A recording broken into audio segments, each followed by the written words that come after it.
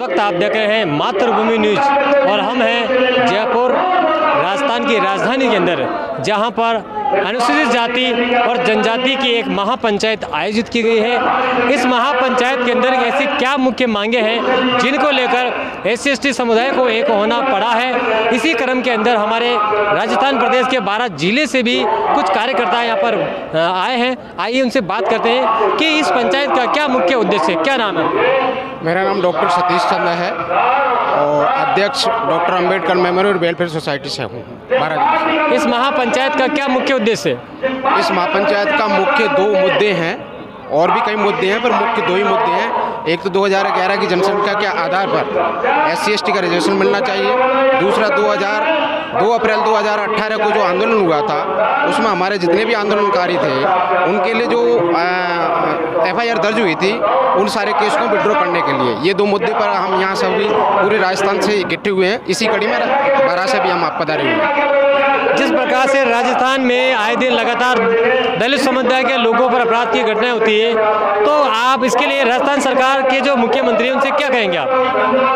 हम माननीय मुख्यमंत्री महोदय से यही कहेंगे कि जब हमारी जनसंख्या 33% के आसपास है तो हमारे साथ जो अत्याचार हो रहे हैं उनमें कड़े से कड़े कानून बना करके और अत्याचार को बंद कर देना चाहिए, और नहीं तो ये इस तरीका के आंदोलन चलते रहेंगे और ये प्रदेश के अंदर एक शांति का माहौल नहीं बन पाएगा।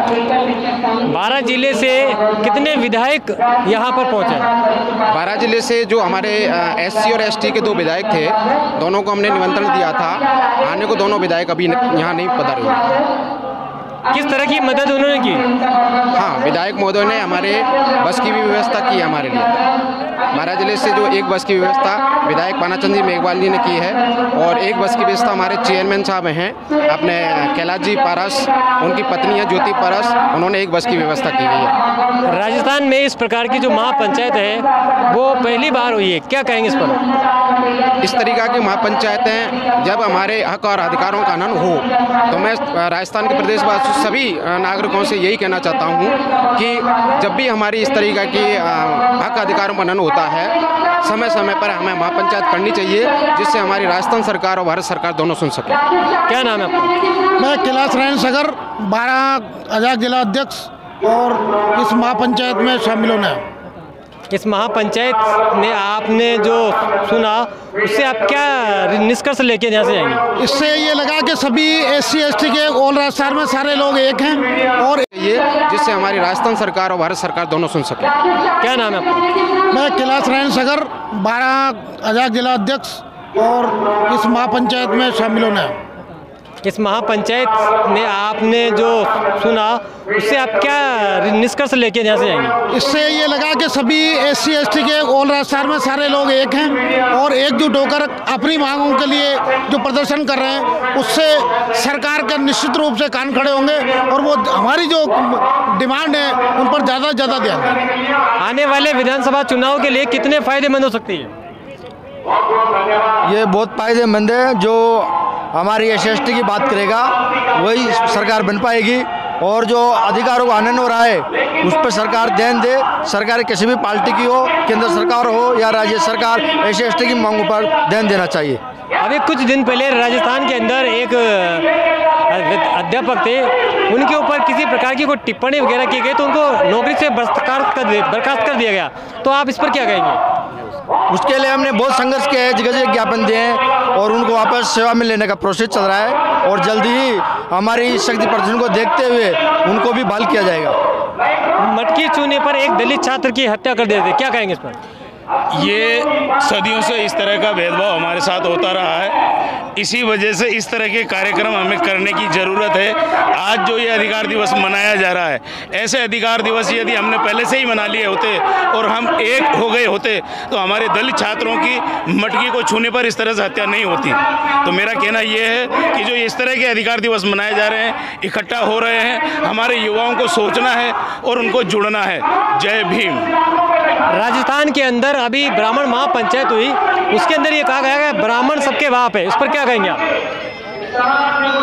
मेरा कहना मानना है कि जब पृथ्वी की उत्पत्ति हुई है तो ब्राह्मण थोड़े ही थे।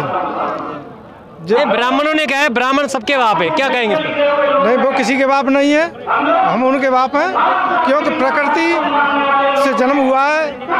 वैज्ञानिक तथ्य देखो और वैसे देखो, जब एक गोला था, पृथ्वी अलग हुई है और पानी से कायिक हुआ, उसमें सूक्ष्म जीव पैदा हुए, ऐसे समय समय पर पैदा जीव। कुछ लोग देश में अब संविधान को ख़त्म करने की बात करते हैं। क्या कुछ लोग देश में ये मांग करते हैं कि संविधान को ख़त्म कर दिया जाए? क्या अब लगता है 75 साल के बाद में कि संविधान को ख़त्म कर दिया जाना चाहिए? अगर हम एकजुट रहेंगे तो संविधान को इस प्रकार से अगर हमारे कार्यक्रम होते रहेंगे, हम एकजुट। एक गोला था, पृथ्वी अलग हुई है और पानी से कायिक हुआ, उसमें सूक्ष्म जीव पैदा हुए, ऐसे समय समय पर पैदा जीव। कुछ लोग देश में अब संविधान को ख़त्म करने की बात करते हैं। क्या कुछ लोग देश में ये मांग करते हैं कि संविधान को ख़त्म कर दिया जाए? क्या अब लगता है 75 साल के बाद में कि संविधान को ख़त्म कर दिया जाना चाहिए? अगर हम एकजुट रहेंगे तो संविधान को इस प्रकार से अगर हमारे कार्यक्रम होते रहेंगे, हम एकजुट रहेंगे, तो मुझे नहीं लगता कि ये मनुवादी इस संविधान को समाप्त कर पाएंगे। हमारी ताकत इसको समाप्त नहीं। राजस्थान प्रदेश में एक तरफ तो कांग्रेस और बीजेपी अपनी दमखम दिखाए हुए है, वहीं दूसरी ओर भीम आर्मी भी लगातार तहलका मचाए हुए है। अगर हम बात करें भीम आर्मी की, तो जहां भी राजस्थान प्रदेश सहित संपूर्ण देश के अंदर अपराध की घटनाएं होती है, तो भीम आर्मी के कार्यकर्ता वहां पर पहुंच जाती है। तो उसके संदर्भ में क्या है इनकी राय? भीम आर्मी के बारे में क्या राय है? सर, भीम आर्मी के बारे में मेरी राय है कि वो अपने अछूत व्यक्तियों के लिए जो खड़े हैं, हमें बड़ा गर्व होता है कि जहाँ भी कोई अत्याचार होते हैं तुरंत वो सपोर्ट में है। तो हम तो ये कहते हैं कि ज़्यादा से ज़्यादा भीम आर्मी को सपोर्ट करना चाहिए ताकि लोगों पर अत्याचार न हो। एक तरफ जहां कांग्रेस और दूसरी तरफ जहां बीजेपी है, वही तीसरा मोर्चा हम बात करें तो वो है भीम आर्मी। क्या चंद्रशेखर आजाद को इस देश का प्रधानमंत्री बनना चाहिए?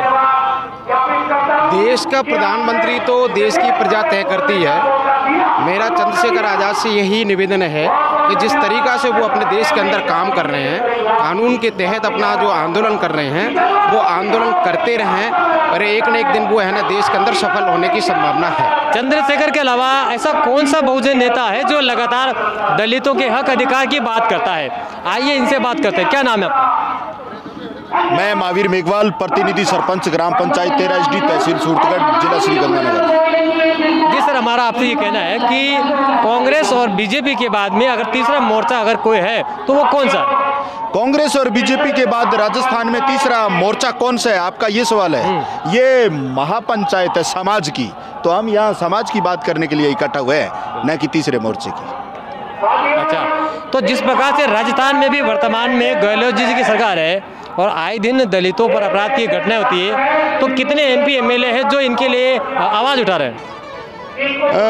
अगर पूरी तरीके से आवाज़ उठाई होती तो आज ये महापंचायत करने की जरूरत नहीं होती। तो क्यों नहीं उठा पा रहे हैं? सरकार के दबाव में होते हैं सारे। मिनिस्टर है, भले ही MLA है। कांग्रेस